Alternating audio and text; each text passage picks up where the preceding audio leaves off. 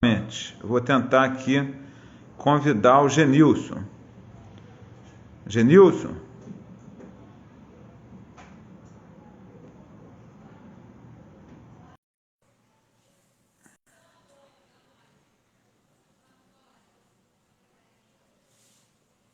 Bom, convidei o Genilson para entrar. Vamos ver se agora ele consegue entrar. Ô, Genilson. Nós conseguiríamos pagar pelo menos a metade. Boa noite, candidato Gilson. Tudo bom, Genilson? Boa noite. Eu desliguei a live anterior e criei essa nova para a gente poder conversar. Eu estava explicando a eles o que a gente tinha combinado, né? Que cada um de nós faremos 5 minutos de exposição sobre o plano de governo. Depois eu faço uma pergunta para você em 1 minuto, você responde em 3 minutos. E depois você faz uma pergunta para mim e eu respondo em 3 minutos. Você faz uma pergunta em 1 minuto. Certo. E no final a gente faz 3 minutos cada um de considerações finais, né? Então, eu vou passar então a palavra para você falar sobre os 5 minutos, né, do seu plano de governo. Boa noite, doutor Gilson, candidato a presidente, como eu falei, candidato avulso, né? Também abri um processo junto ao TSE, assim como eu abri, para que a gente tenha o direito à candidatura avulsa, né? Nossa bandeira principal é defender a candidatura avulsa. A candidatura avulsa, ela já funciona em 97 países. Uma democracia sem candidatura avulsa é uma democracia capenga, uma democracia aleijada, uma democracia falha. E nós fazemos parte do pacto, o Brasil faz parte do pacto de São José da Costa Rica, no artigo 23, desde 1969, em 92, isso foi homologado pelo presidente Itamar Franco, e mesmo assim, pelo interesse dos partidos, pelo interesse do monopólio, né, evitar a candidatura avulsa, a gente até hoje não temos esse direito no país, sendo que esse direito facilitaria totalmente a nossa democracia. A democracia do Brasil passaria a ser consolidada e reconhecida mundialmente se a gente tivesse esse direito de candidatura avulsa, para que todos os cidadãos brasileiros que têm o direito a voto poderia ser votado, não dependeria de partidos.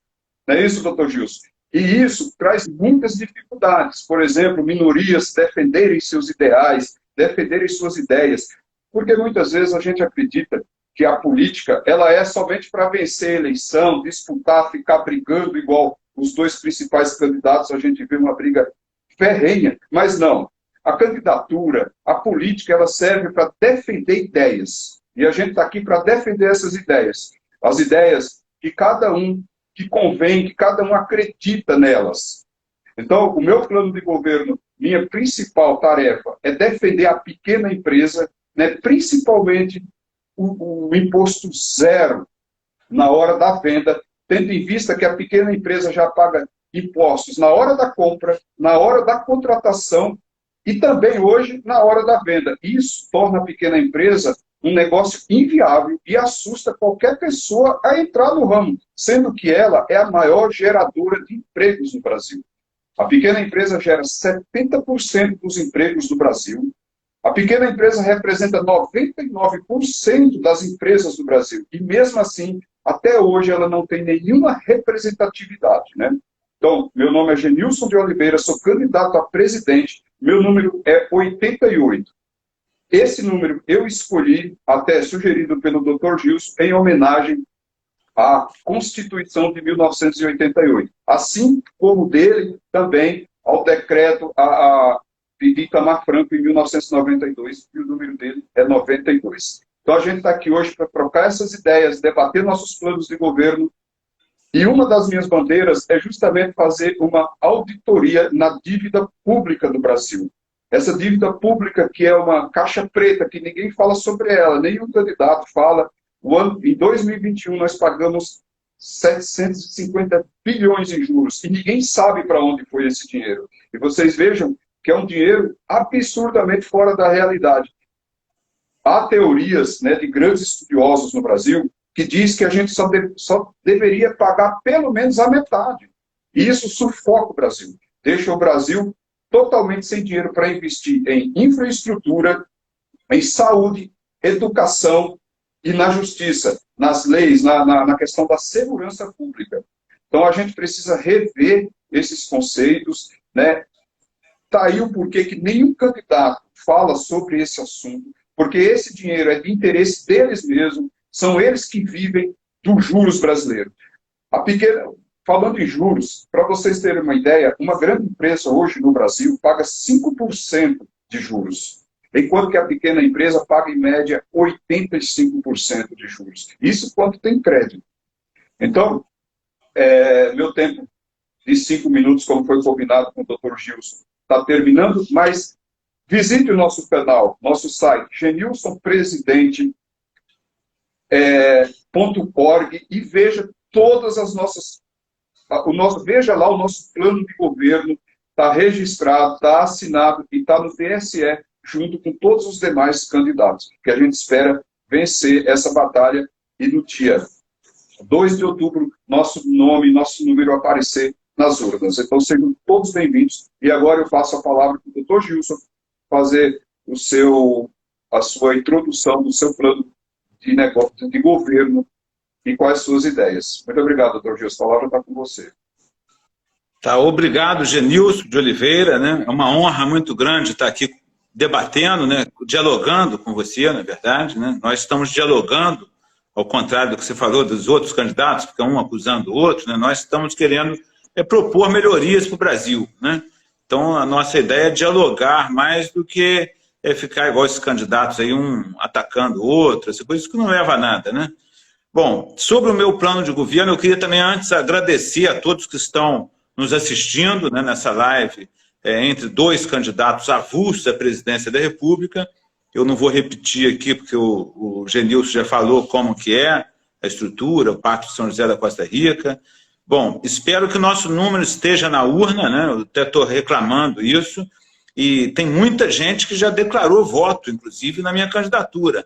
E aí, como é que vai fazer? Se eleitores chegar lá, apertar 92, ou quem vai votar no Genilson, apertar 88, e não aparecer lá a nossa foto, não aparecer o nosso cargo, que está concorrendo, quer dizer, isso aí vai gerar uma insegurança geral, né, nos eleitores brasileiros, porque eu agora mesmo rodei quase que o país inteiro agora, passando cidade por cidade, já distribuí quase 1 milhão de santinhos, e muita gente falando que vai votar, então vai chegar lá, vai apertar o número, aí não aparece nada. Isso aí é uma fraude, entendeu? Se acontecer isso, vai ser uma fraude na urna eletrônica, porque nós somos candidatos, já protocolizados no TSE, enquanto não tiver uma decisão transitada em julgado de deferimento, nós estamos no páreo, né?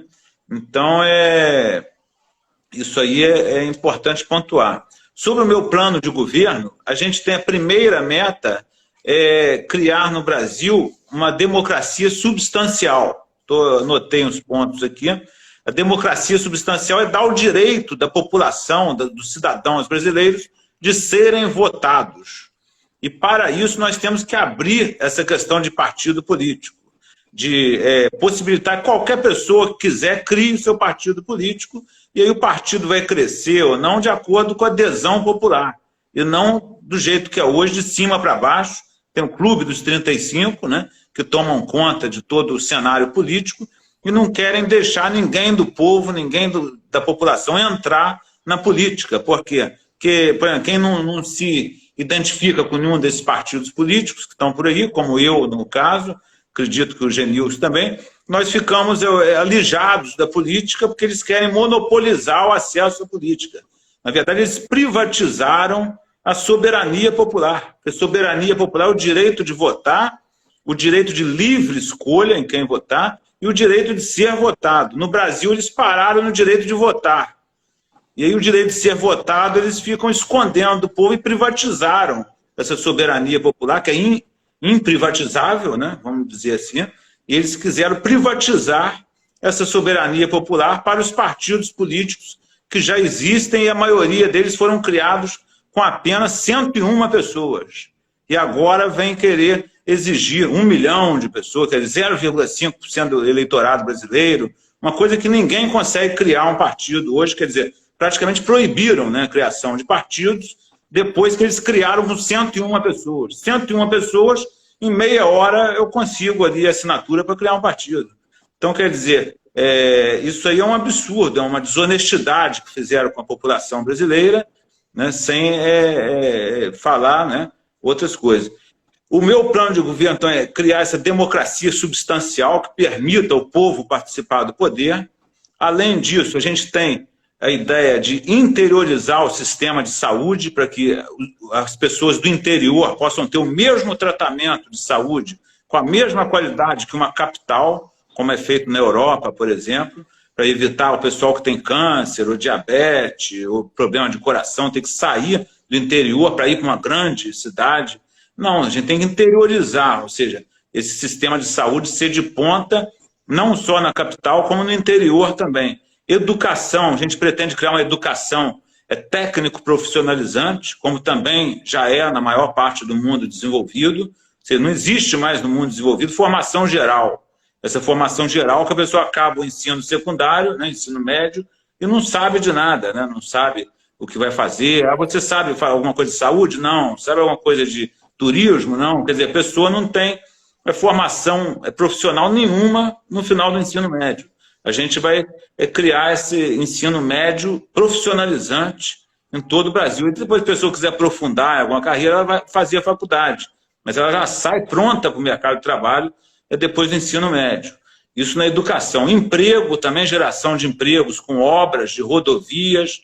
Nós queremos fazer uma rodovia litorânea que vai da Lagoa dos Patos até Belém, e uma outra rodovia suspensa pela floresta amazônica, de Belém até Manaus, e ferrovias para o Brasil todo. A gente vai substituir essas ferrovias antigas por ferrovias novas e com a mesma bitola.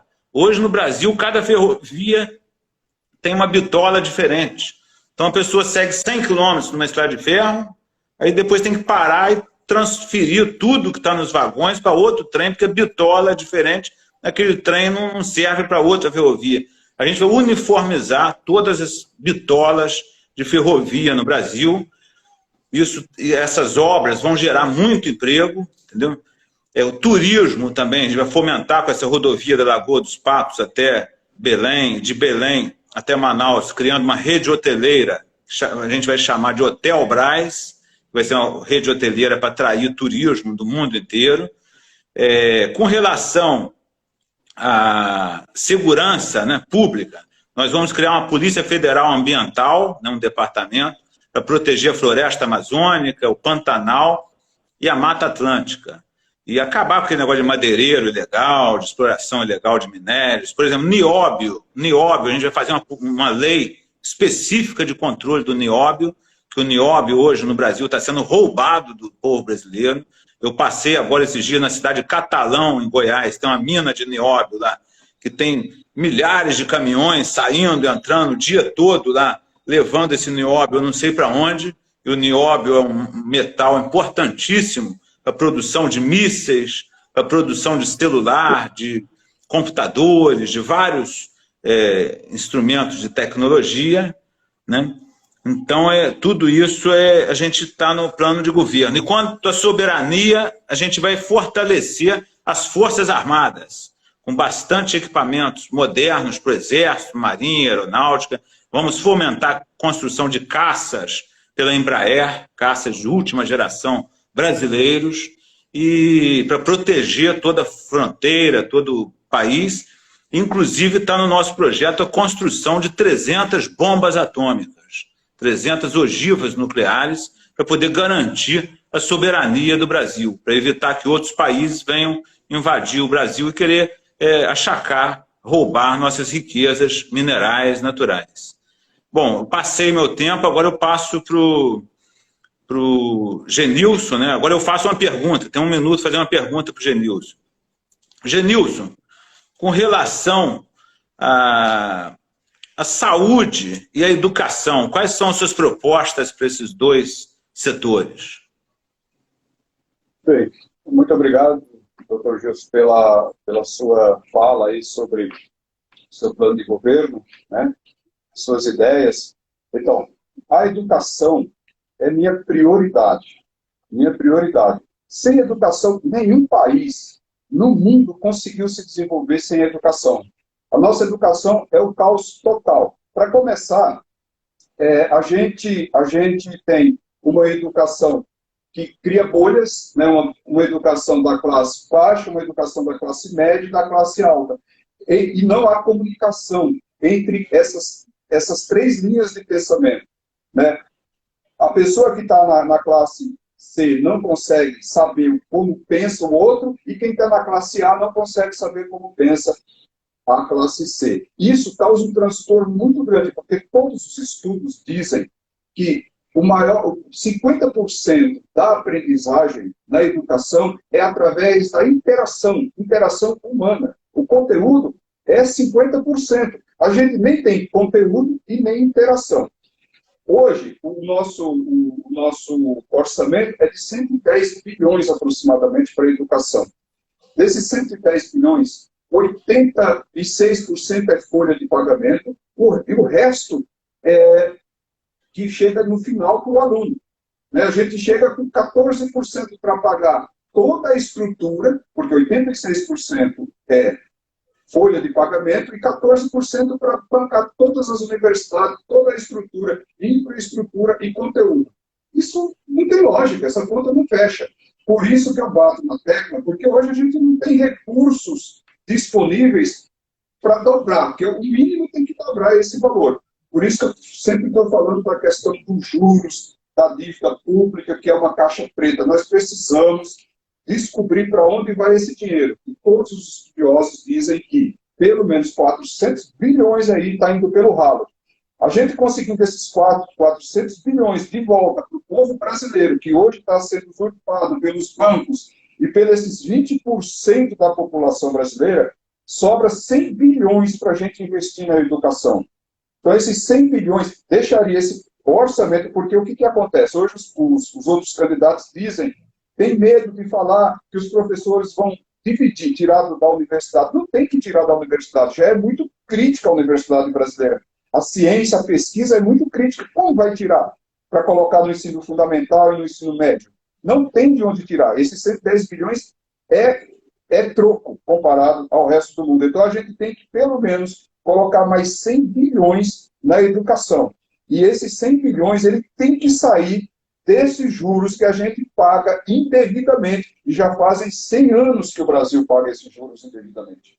Então, no meu governo, a prioridade é a educação. É comprovado. Nenhum lugar do mundo que não investiu em educação não se desenvolveu. É o dinheiro mais bem investido. A cada $1 investido em educação, o retorno é de $12 para o país. Então, a educação é prioridade. Até porque, sem educação, também não existe a pequena empresa. Imagine, nunca um profissional chegou preparado na pequena empresa, porque não há educação. A prioridade no Brasil é só para a universidade e ninguém liga para o ensino fundamental, que é tão importante. Você veja que não é normal um professor do ensino fundamental ganhar R$3.000 por mês. Como que um professor desse... Quem é que vai ter interesse de ser professor no Brasil?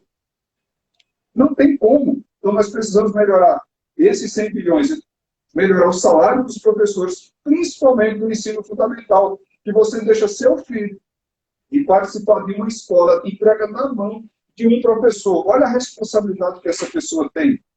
Então, se o país não cuidar dessas pessoas, não cuidar dos professores, não criar infraestrutura, prédios adequados, e principalmente no ensino médio, ensino integral, assim como é nos outros países. Esse é meu plano para a educação. Muito obrigado, e meu tempo já estourou. Agora eu vou fazer uma pergunta para o Dr. Gilson. Dr. Gilson, o senhor falou aí de segurança, né, na Amazônia, nas nossas fronteiras, que é uma calamidade, de fato é. Mas nosso país vive uma guerra. A gente matou, foram 60 mil brasileiros no último ano assassinados no Brasil. Isso é mais do que toda a guerra na Síria. Em todo o período da Síria, morreram 57 mil pessoas. No Brasil, em um ano, morreram 60 mil pessoas. A maioria pretos e pardos. Né?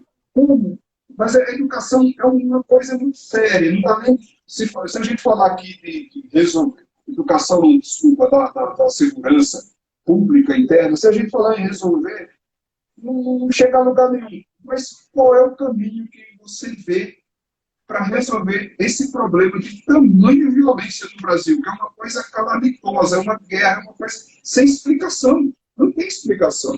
Essa semana mesmo eu vi outro candidato falar que realmente assumiu o fracasso. O Estado brasileiro fracassou em relação à segurança pública. E o Estado brasileiro não assume esse fracasso. Como você vê essa questão da segurança pública no Brasil? Quais os seus planos? Então, com relação à segurança pública, eu tenho uma visão de que a segurança pública, essa quantidade de assassinatos, né, de crimes que ocorrem no Brasil, elas devem ser combatidas de duas formas, né? Porque tem duas formas mesmo de combater a criminalidade. Uma forma é melhorando a questão social, porque grande parte da criminalidade vem por causa da pobreza, vem por causa das questões sociais, da miséria que o Brasil se encontra.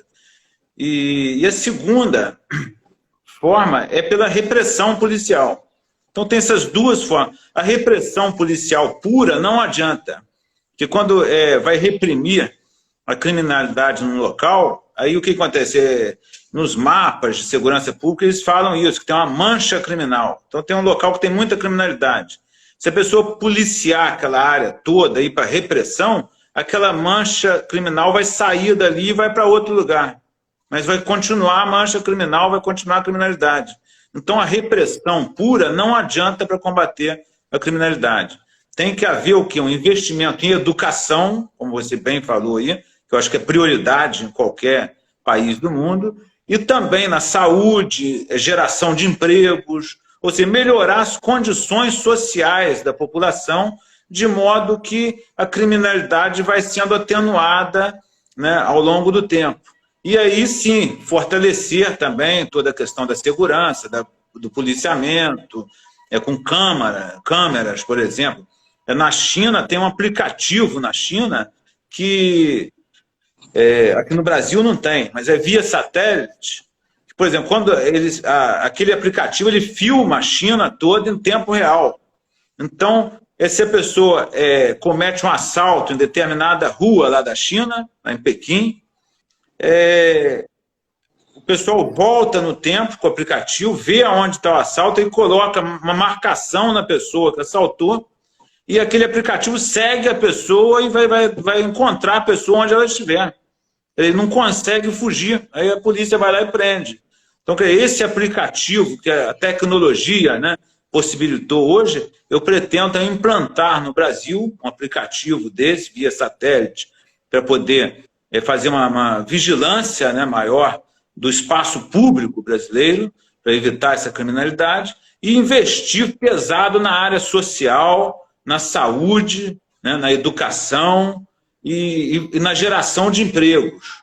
Essas são as três principais formas de investir, né, pesado na sociedade. E, com isso, naturalmente, a criminalidade vai diminuir. E tem esse aparato de repressão, que seria o aplicativo, e também o fortalecimento das polícias, né, com equipamentos modernos e tal, com bons salários, porque os policiais hoje são verdadeiros heróis, né? Eles saem com armas, às vezes, obsoletas, ou sem estrutura nenhuma para enfrentar uma criminalidade que, às vezes, vem com armas de guerra, muito mais preparada em armamentos do que a própria polícia. Então, isso não pode ter, tem que ter uma questão mesmo de armar a polícia e investir forte na melhoria social, aí sim vai combater a causa da criminalidade e vai melhorar a segurança pública, o que vai acabar atraindo mais turismo, desenvolvimento econômico e por exemplo, para investimento nisso tudo que eu falei, eu pretendo criar também um imposto sobre grandes fortunas, que já está na Constituição Federal e até hoje não foi criado, eu não sei porquê. Tem que taxar as grandes fortunas para poder pegar esse dinheiro e investir na população que mais precisa. Vou acabar com a tarifa bancária, que é outra coisa absurda, que é um roubo do correntista. Se você tem uma conta, por exemplo, na Europa, num banco europeu, aí você deixa 100 euros depositados lá.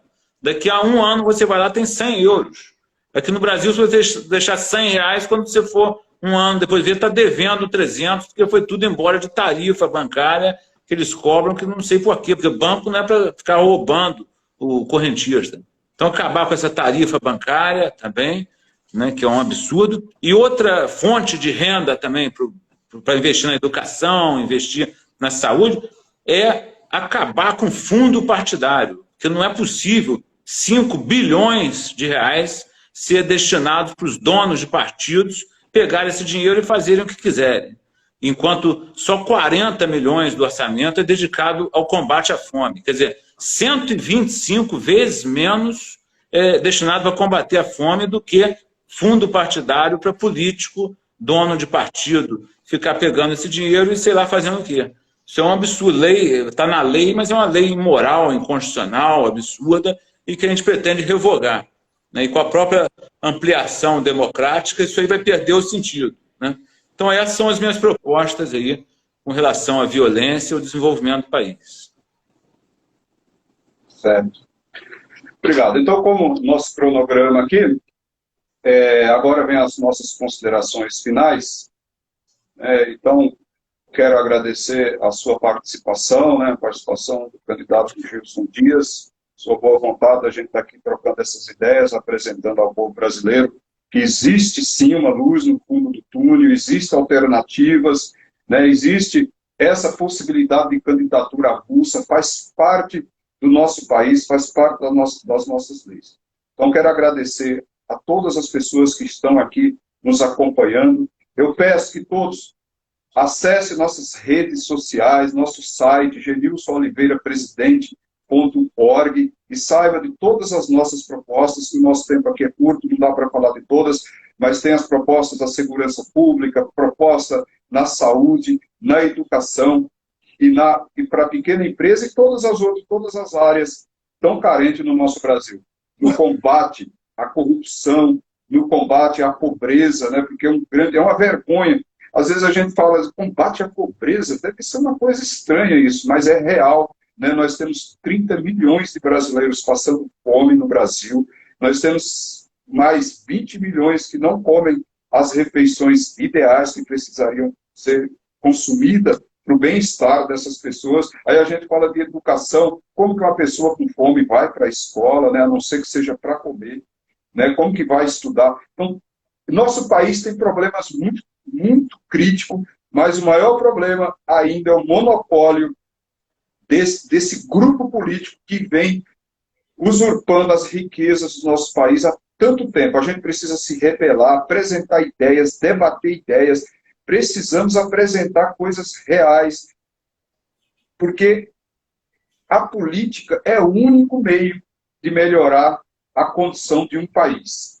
Né? Então, mais uma vez, eu quero agradecer essa oportunidade. Não é fácil, não é fácil entrar na justiça, ter que ir pelos caminhos de jurídicos para poder obter um benefício. Você está no seu próprio país, mas tem que brigar pelos seus direitos de forma ferrenha. Brigar pelos direitos é natural, mas não de forma ferrenha como exige. Isso cansa. E nós precisamos criar um Brasil mais leve, um Brasil mais tranquilo, um Brasil mais em paz. Né? Não esse teatro dos principais candidatos que um xinga o outro hoje para ganhar like, para ganhar visibilidade, aí amanhã, aí combinam, né, entre eles, amanhã o outro xinga o outro para ganhar a mesma coisa e criar essa dicotomia, essa polarização terrível que só afeta o país. Ninguém tem nenhuma proposta, não apresentam proposta para o povo brasileiro. E é isso que a gente está fazendo aqui, né? Plantando uma semente para que o povo brasileiro saibam que tem sim alternativas nas comunidades, nos bairros, nacionalmente, nos estados, em todos os aspectos tem alternativa. O Brasil é um país jovem, precisa de pessoas que lutem por esse país, que melhorem esse país em todos os seus aspectos. Né? É o país mais rico do mundo na questão natural, né? Na questão climática, nós temos abundância em todos os aspectos. Então nós temos várias propostas, inclusive para o turismo, né? Um dos países mais bonitos do mundo, tem tão pouco turismo turismo internacional, né, de quem vem de fora, por conta desse marketing real da violência e tantos outros problemas que a gente deixa de ganhar bilhões no turismo, e o turismo nacional, que é uma outra calamidade. Como que o brasileiro vai conhecer seu próprio país se o país nem dá condições para ele interagir entre os países? Eu, né, como candidato, viajei quase que o país inteiro, toda a região Nordeste, Sudeste, Sul, conheço esse país andando de carro, olhando para ele de perto, né? Ainda não conheci a região Norte, mas pretendo conhecer, mas o resto do país eu conheço de carro. Eu conheço olhando para as pessoas e vejo o sofrimento que é, sendo que tem alternativas fáceis, principalmente na área do turismo. Como que a gente tem uma cidade tão linda quanto o Rio de Janeiro, por exemplo, e o turismo tem medo de ir no Rio de Janeiro. O que nós fizemos com o Rio de Janeiro? Qual é o país mais bonito do mundo? Qual é a cidade mais bonita do mundo comparada ao Rio de Janeiro? Eu já estive em vários lugares e não vi nenhum lugar tão bonito quanto o Rio de Janeiro. Né? Tem natureza, tem clima, tem metrópole, é grande, tem teatro, tem cultura, tem diversidade, e a gente perdeu o Rio de Janeiro para criminalidade, para corrupção. Veja que tragédia. E assim, eu citei o Rio de Janeiro aqui, mas em vários lugares, né? O Nordeste brasileiro, né? Que tem um clima maravilhoso. Eu costumo até brincar que se o Brasil fosse da Europa, a gente ia ter que pagar ingresso para entrar dentro do Brasil, de tantas vantagens que esse país tem, e a gente vive dessa forma. Isso não é justo. Como é que tem 30 milhões de brasileiros passando fome no Brasil? É uma coisa inexplicável, com tantas terras férteis, com a agricultura que a gente... Aliás, a balança comercial do Brasil é suprida pela agricultura e tem 30 milhões passando fome. É inexplicável. Então, eu peço o voto de vocês, eu peço que vocês se engajem nessa causa, né, na candidatura avulsa. Meu número é 88, né, sou formado em administração, sou cientista político, não é aventura. Já fazem mais de 10 anos que eu viajo pelo país para conhecer o meu país e saber o que falar e quais suas necessidades. Muito obrigado de novo ao Dr. Gilson pela oportunidade, pela essa troca de experiência, essa troca de ideias. E a gente se vê no próximo debate que vai acontecer nas televisões com os outros candidatos. Boa noite a todos. Boa noite, Dr. Gilson. Boa noite. Então, eu vou fazer minhas considerações finais, então, para a gente encerrar. Bom, eu estava anotando aqui, por exemplo, 92,6% da população brasileira, ou seja, dos cidadãos, né, dos eleitores, não são filiados a nenhum partido político.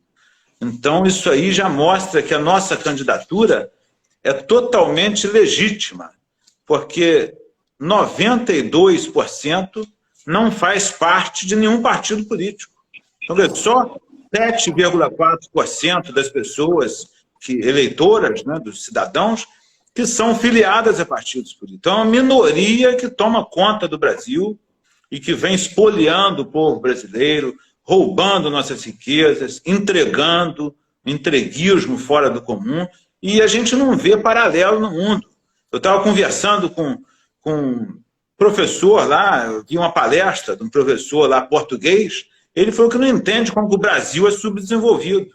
Ele falou que Portugal não tem 1 litro de petróleo, não tem 1 quilo de ferro, não tem recursos minerais, nenhum é um país desenvolvido.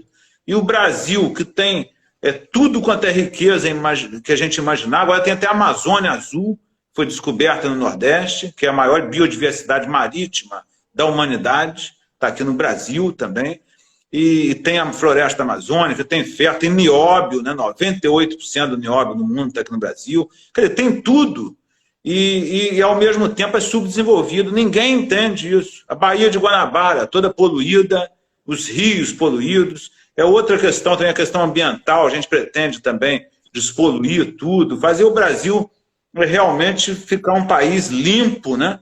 Um país próspero, que possa atrair os turistas. O turista não vai querer vir aqui na Baía de Guanabara e mergulhar ali e sair com hepatite, entendeu? Não vai fazer isso, é tudo água contaminada, tudo, entendeu? E a Baía de Guanabara já recebeu bilhões ali para despoluir, o pessoal roubou tudo e não despoluiu a Baía de Guanabara. Quer dizer, isso aí, essa questão da corrupção, tem que combater a corrupção, não pode ter negócio de corrupção, a gente vai fazer uma polícia também, um departamento específico em combater a corrupção, para rastrear o dinheiro que sai da União até o destino do dinheiro, para não deixar no meio do caminho esses larápios, né, que estão aí corromperem e roubarem o dinheiro e não chegar na educação, não chegar na ponta, né, que o pessoal fala. Então, isso aí também a gente pretende fazer, e a nossa candidatura é totalmente legítima. Até hoje não ainda teve decisão sobre a minha candidatura. Eu fui o primeiro a protocolizar, o Genilson também protocolizou a dele, eu não sei se já teve alguma decisão, mas até agora não tem uma decisão de mérito da candidatura, e a televisão finge que desconhece a nossa candidatura, ninguém fala em Gilson, ninguém fala em Genilson, quer dizer, eles estão desprezando a candidatura de 2 cidadãos brasileiros de bem, né? Eu tive no TSE agora, há pouco tempo, em Brasília, e uma assessora do ministro chegou e disse: mas teu nome não está na relação de presidentes aqui não, de candidatos. E mostrou lá 12 nomes, aí tinha um nome lá que estava com tornozeleira eletrônica. Quer dizer, eu falei assim, essa lista eu não quero fazer parte mesmo não, entendeu? Eu quero que o nome esteja lá na urna, entendeu? Essa lista aí de gente com tornozeleira eletrônica, presidiário, sei lá o que, isso aí não interessa. Eu não sei como é que uma pessoa com tornozeleira eletrônica está lá no TSE, na lista do TSE, como presidenciável e tal, e pessoas de bem, como no caso eu, o Genilson e tal, eles estão fingindo que a gente não colocou a candidatura lá e fica excluindo a gente da lista. Isso exclui também da televisão nenhuma fala da gente. Quer dizer, isso é um absurdo, isso é antidemocrático, né? A democracia é o direito de votar, o direito de ser votado. Então, nós vamos prosseguir nessa batalha até o dia das eleições. Eu já falei, se apertar 92 lá e não ter meu nome, minha foto, é porque tem fraude na urna eletrônica, tem que consignar em ata que faltou lá um número lá do candidato que já tem o santinho, com o número 92, quem está distribuindo para todo mundo. Então, quer dizer, como é que vai explicar para milhões de eleitores que forem votar lá e aparecer nulo? Votar em mim ou votar no Genilson, também que é uma opção boa. Aí chega lá e aperta lá 88, vem nulo. Aperta 92, vem nulo. Isso aí é um absurdo. Isso aí vai configurar uma fraude na urna eletrônica, uma violação ao princípio democrático. Então, eles têm que colocar por obrigação o nosso nome e o cargo lá na urna eletrônica, até para não frustrar os eleitores, né? Que os eleitores vão votar e eles não vão saber por que não está o nome lá. Se a gente entrou com um pedido, não foi julgado ainda, então se não foi julgado, está subjúdice, tem que estar na urna. E eu despachei lá no TSE, até falando sobre isso, e agora é isso. Então, eu fiz essas considerações finais, peço o voto de todos que estão escutando, né, ouvindo. Vote 92, no dia 2 de outubro, Gilson Dias para presidente e Arthur Leão para vice-presidente. O Arthur Leão também é uma pessoa espetacular, é um advogado, mais de 20 anos de militância, pessoa séria, não tem negócio de antecedentes, de ficha suja, nada disso. Pessoas do povo, né, normal. Nós somos de classe média, né? Então, quer dizer, não tem nada a esconder de ninguém. A minha declaração de bens que eu apresentei lá foi minha declaração de bens que eu apresentei para a Receita Federal, foi a mesma, né? Porque tem candidato que apresenta uma para a Receita Federal e outra para eleitoral. Quer dizer, uma coisa estranha, né? Porque a Receita Federal que é onde declara os bens. A pessoa coloca lá uma declaração para o eleitoral diferente da Receita Federal. A minha não, é igual. O que está na Receita Federal é igual ao que está lá na Justiça Eleitoral, porque não tem que esconder nada de ninguém. O que eu conquistei na vida foi honestamente, trabalhando, nunca participei de roubalheira nenhuma, sempre fui advogado, fui procurador de carreira, estou licenciado para disputar a presidência da República, e então eu peço voto 92 no dia 2 de outubro. E agradeço também muito a participação do Genilson com ideias. É isso que é a política de alto nível, né, de alto padrão, é discutir ideias, conversar, dialogar, para construirmos um Brasil que seja bom para todos, para toda a população brasileira, e sem essa panelinha, né? Sem essa coisa de ficar excluindo a população de participar dos destinos do Brasil. Então, agradeço a participação do Genilson, agradeço a todos que nos assistiram, né, nessa primeira live, e já convido a todos, né, Genilson, para o próximo debate nosso aí, que vai ser quando tiver a televisão, a gente vai ter o debate também. Outra coisa, eu pedi tempo de televisão liminarmente lá no TSE. Tá? Então, se eles derem o tempo de televisão, eles vão ter que dar o atrasado, porque começou a propaganda televisiva, eles não colocaram o meu nome lá. Não sei se o Genilson pediu, deve ter pedido também. Eles têm que fazer uma média lá, né, e colocar o nosso tempo de televisão. Eles vão ter que botar tempo atrasado e vai acumular no final. Mas tem que ter uma decisão sobre isso. Esses ministros não podem também ficar fingindo que não tem candidato, né? A gente andando no país, entregando santinho, fazendo campanha, quer dizer, isso aí tem que ter uma decisão. Entendeu? Eles não podem querer, não, só vai votar ou no fulano, do Beltrano que eles escolheram. Agora, a cúpula lá, a elite espoliadora, escolheu 2 candidatos, que para mim é tudo a mesma coisa, entendeu? E aí agora é esses 2 que tem que ganhar. Não pode ser assim, entendeu? Tem que ser, todos os candidatos têm que ter visibilidade e o eleitor tem que saber e tem que escolher de acordo com as propostas, os projetos, para melhorar o país. Então essa que é a minha ideia. Agradeço muito a todos, agradeço ao Genilson e peço que no dia 2 de outubro, 92. Muito obrigado. Boa noite, doutor Gilson. Obrigado. Muito obrigado. Tá bom. 88 Genilson, 92 Gilson. Tá? Aí o eleitor fica à vontade, né, para escolher. Os 2 candidatos são aí do povo. Né? Um abraço, Genilson. Boa noite. Tudo de bom.